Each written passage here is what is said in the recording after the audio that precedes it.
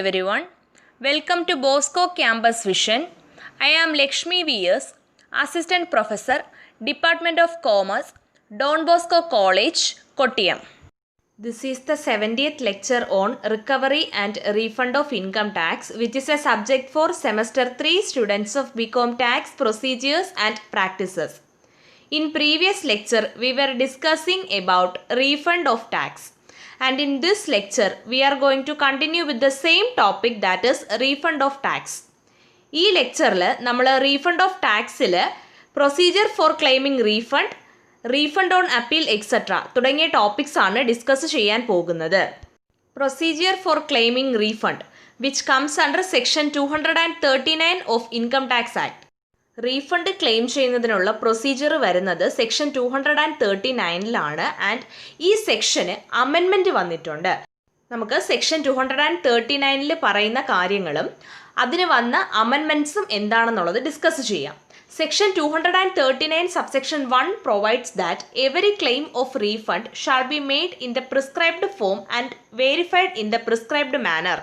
Section 239 subsection 1 പ്രകാരം refund claim ചെയ്യുന്നത് prescribed ഫോമിലായിരിക്കണം and ഈ റീഫണ്ടിൻ്റെ ക്ലെയിം പ്രിസ്ക്രൈബ്ഡ് മാനറിൽ വെരിഫൈ ചെയ്തിരിക്കുകയും വേണം. ഓക്കെ, ഇതായിരുന്നു സെക്ഷൻ 239 സബ്സെക്ഷൻ 1 പറഞ്ഞിരുന്ന പ്രൊവിഷൻ. ഈ പ്രൊവിഷൻ അമെൻഡ് ചെയ്തു. എന്താണ് ആ അമെൻമെൻറ്റ് എന്നുള്ളത് നമുക്ക് നോക്കാം. Amendment of section 239 subsection 1.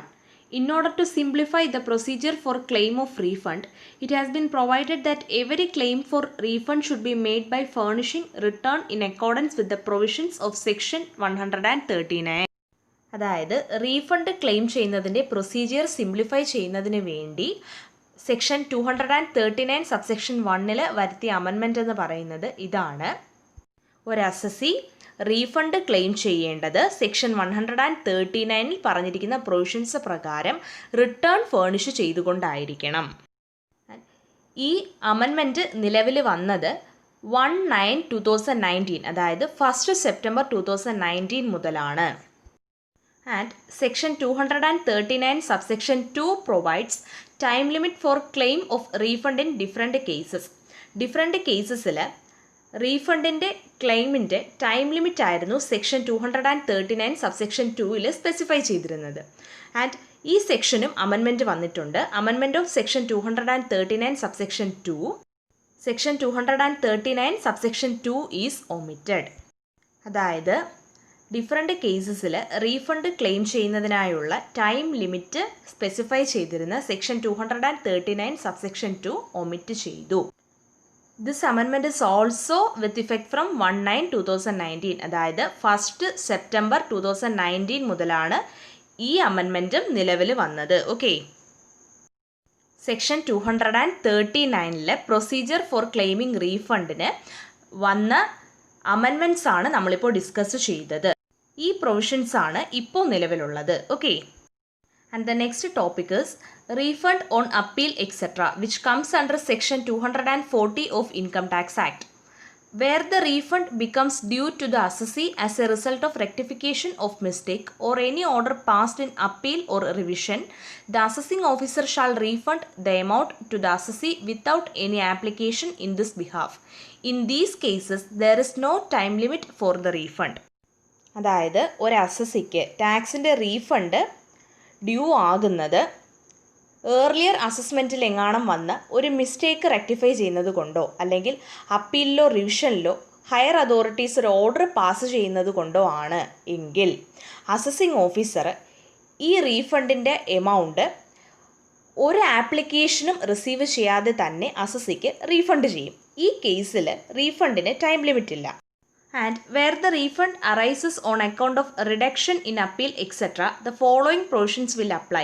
അതായത് ടാക്സിൻ്റെ റീഫണ്ട് അറൈസ് ചെയ്യാനുള്ള റീസൺ എന്ന് പറയുന്നത് അപ്പീലൊക്കെ സബ്മിറ്റ് ചെയ്യുന്നതിൻ്റെ ഭാഗമായിട്ട് വന്ന റിഡക്ഷൻ കൊണ്ടാണ് എങ്കിൽ ഈ പറയുന്ന പ്രൊവിഷൻസ് ആണ് ആപ്ലിക്കബിൾ ആകുന്നത്. First provision is where an assessment is set aside with the direction to make it fresh, any refund will become due only after the fresh assessment is made. അതായത് ഒരു assessment അത് പുതിയതായി ഫ്രഷായി നടത്താനുള്ള ഡയറക്ഷനോട് കൂടി മാറ്റിവെക്കുകയാണ് എന്നുണ്ടെങ്കിൽ ഈ പറഞ്ഞ ഫ്രഷ് അസസ്മെൻറ്റ് നടന്നതിന് ശേഷമായിരിക്കും ഈ റീഫണ്ട് ഡ്യൂ ആകുന്നത്. Okay. And the second provision is where the assessment is annulled, the refund shall become due only of the amount if any of the tax paid in excess of the tax chargeable on the total income returned by the assessee. അതായത് ഒരു assessment റദ്ദാക്കുന്ന കേസിൽ അഥവാ cancel ചെയ്യുന്ന കേസിൽ ഒരു assessee തൻ്റെ റിട്ടേണിൽ specify ചെയ്തിരിക്കുന്ന total ഇൻകത്തിൽ chargeable ആകുന്ന ടാക്സിനേക്കാളും എത്ര എമൗണ്ട് ഓഫ് ടാക്സ് ആണോ എക്സസ്സായി പേ ചെയ്തത് ആ എക്സസ് എമൗണ്ട് ആയിരിക്കും ഡ്യൂ ആകുന്ന റീഫണ്ടിൻ്റെ എമൗണ്ട്. ഓക്കെ.